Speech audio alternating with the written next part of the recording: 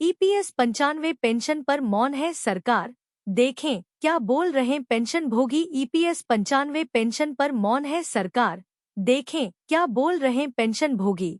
पेंशनभोगी सी उन्नीकृष्णन का कहना है कि सरकार और वित्त मंत्री केंद्रीकृत पेंशन योजना और जीवन प्रमाण पत्र आदि के बारे में बात कर रहे हैं, लेकिन प्रधानमंत्री नरेंद्र मोदी और वित्त मंत्री निर्मला सीतारमण या कोई अन्य सरकारी अधिकारी कर्मचारी पेंशन योजना के बारे में सर्वोच्च न्यायालय के 4 नवंबर 1922 के फैसले और उसके क्रियान्वयन के बारे में एक शब्द भी नहीं बोल रहे हैं।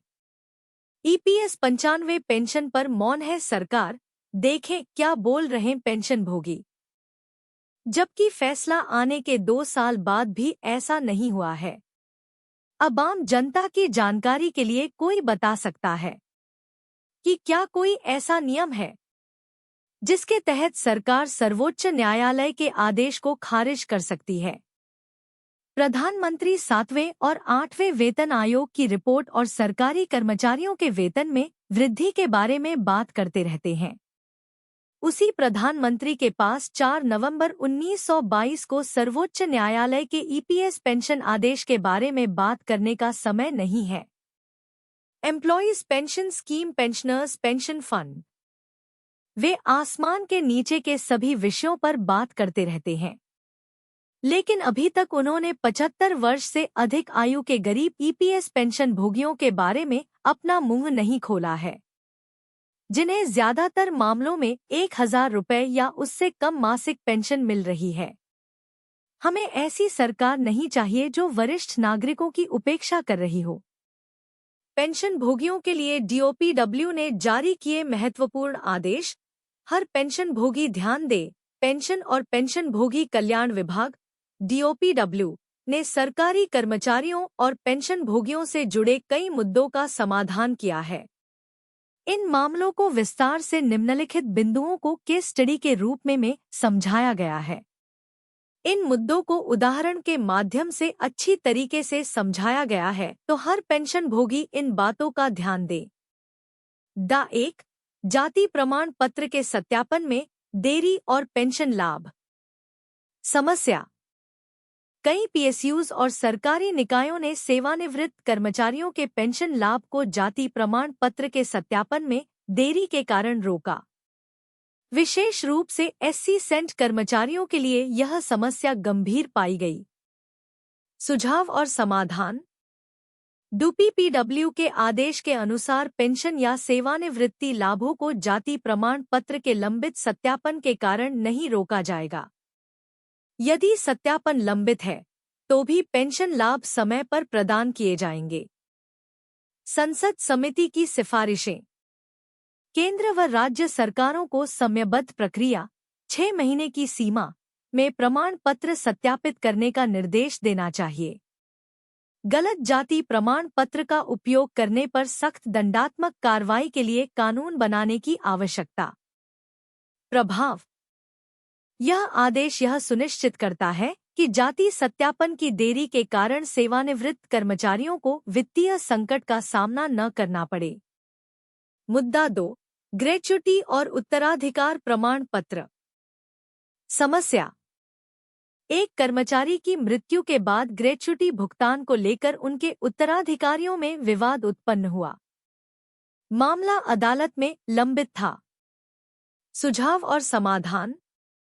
डीओपीडब्ल्यू के अनुसार यदि उत्तराधिकार प्रमाण पत्र उपलब्ध है तो ग्रेच्युटी तुरंत भुगतान की जाए। अदालत के अंतिम आदेश की प्रतीक्षा किए बिना नियम 51 के तहत उत्तराधिकार प्रमाण पत्र के आधार पर भुगतान किया जा सकता है। नियम 50 और 51 के तहत प्रावधान। यदि कोई नामांकित व्यक्ति नहीं है तो ग्रेच्युटी परिवार के पात्र सदस्यों को समान रूप से वितरित की जाएगी। यदि परिवार के सदस्य नहीं हैं तो उत्तराधिकार प्रमाण पत्र आवश्यक होगा। प्रभाव। इस स्पष्टता से उत्तराधिकारियों को लंबित भुगतान प्राप्त करने में आसानी होगी। मुद्दा 3. पेंशन की पुनरीक्षा, पे रिविजन। समस्या। 1996 में एक कर्मचारी के वेतन निर्धारण में त्रुटि के कारण उनकी पेंशन गलत तय की गई। सेवानिवृत्ति के बाद त्रुटि का पता चला और वेतन संशोधित कर दिया गया। सुझाव और समाधान। कैट के निर्देश। पेंशनभोगी की पेंशन को उनके मूल वेतन के आधार पर पुनः तय किया जाए। गलत वेतन के कारण अधिक भुगतान की गई राशि की वसूली न की जाए। डीपीडब्ल्यू के दिशा निर्देश। पेंशन केवल अंतिम वेतन या पिछले 10 महीनों के औसत वेतन के आधार पर तय होगी। प्रशासनिक विभाग को यह सुनिश्चित करना होगा कि भविष्य में ऐसी त्रुटियां न हों। प्रभाव। पेंशनभोगियों को न्याय मिलेगा और प्रशासनिक प्रक्रियाओं में सुधार होगा। मुद्दा 4। विलंबित ग्रेच्युटी और पेंशन भुगतान पर ब्याज। समस्या। एक सेवानिवृत्त कर्मचारी की पेंशन और ग्रेच्युटी का भुगतान 3 वर्षों तक विलंबित रहा। सुझाव और समाधान। कैट और उच्च न्यायालय के आदेश। विलंब के लिए 9% वार्षिक ब्याज का भुगतान किया जाए। डीपीडब्ल्यू के निर्देश। सीसीएस पेंशन रूल्स 2021 के नियम 65 के अनुसार यदि देरी प्रशासनिक कारणों से हुई है तो सामान्य भविष्य निधि जीपीएफ की ब्याज दर के अनुसार ब्याज का भुगतान किया जाएगा।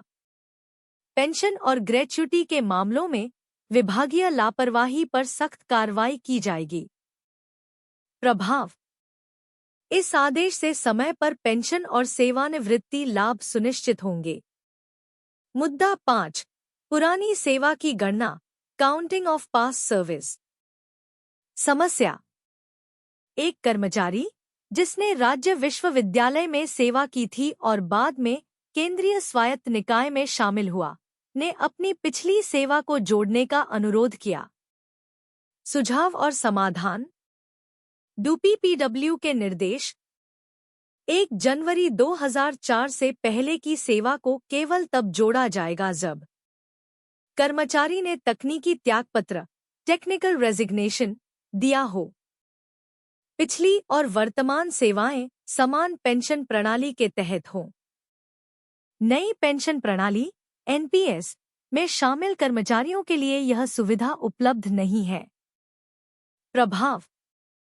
इस स्पष्टता से कर्मचारियों और संगठनों के बीच उत्पन्न भ्रम कम होगा। मुद्दा 6। पारिवारिक पेंशन का वितरण। समस्या। एक मृत कर्मचारी की 2 पत्नियों और उनके बच्चों के बीच पारिवारिक पेंशन को लेकर विवाद। सुझाव और समाधान। नियम 50 के अनुसार केवल कानूनी रूप से विवाहित पत्नी और उसके बच्चे पारिवारिक पेंशन के पात्र होंगे। यदि दूसरी पत्नी अवैध विवाह के कारण अयोग्य है तो उसके बच्चे पेंशन के पात्र हो सकते हैं। अदालत के आदेश। यदि दोनों पक्ष सहमत हैं तो पेंशन और अन्य लाभों का बंटवारा अदालत के समझौते के अनुसार किया जा सकता है। प्रभाव। इस प्रकार के मामलों में पारदर्शिता और निष्पक्षता सुनिश्चित होगी। निष्कर्ष। यह दस्तावेज विभिन्न मंत्रालयों और विभागों द्वारा पेंशनभोगियों के सामने आने वाली समस्याओं का समाधान प्रदान करता है। डीपीडब्ल्यू के निर्देश पेंशन और सेवानिवृत्ति लाभ से जुड़े मामलों को शीघ्र और प्रभावी तरीके से सुलझाने में मदद करते हैं।